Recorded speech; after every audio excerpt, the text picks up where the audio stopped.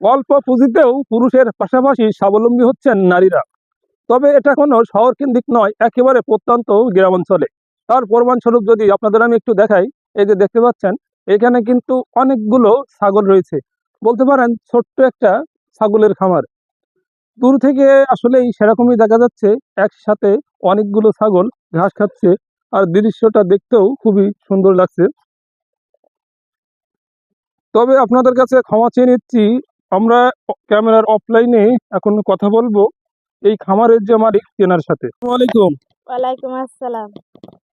তো আপনার কাছে আমি একটু জানতে চাচ্ছিলাম, আপনার যে এই ছোট্ট একটা ছাগলের খামার আপনি গড়ে তুলেছেন, তো এটা প্রথম যখন আপনি শুরু করছিলেন সেখন কয় টাকা বিনিয়োগ করছিলেন?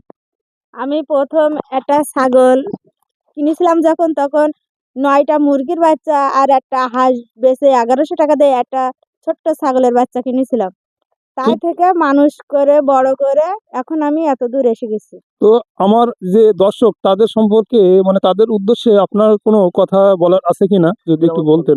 গ্রাম অঞ্চলের যে সকল মা বোনেরা বসবাস করেন, সংসারের পাশাপাশি গরু ছাগল হাঁস মুরগি লালন পালন করবেন, তাহলে সংসারে বাড়তি একটা উন্নতি আসবে।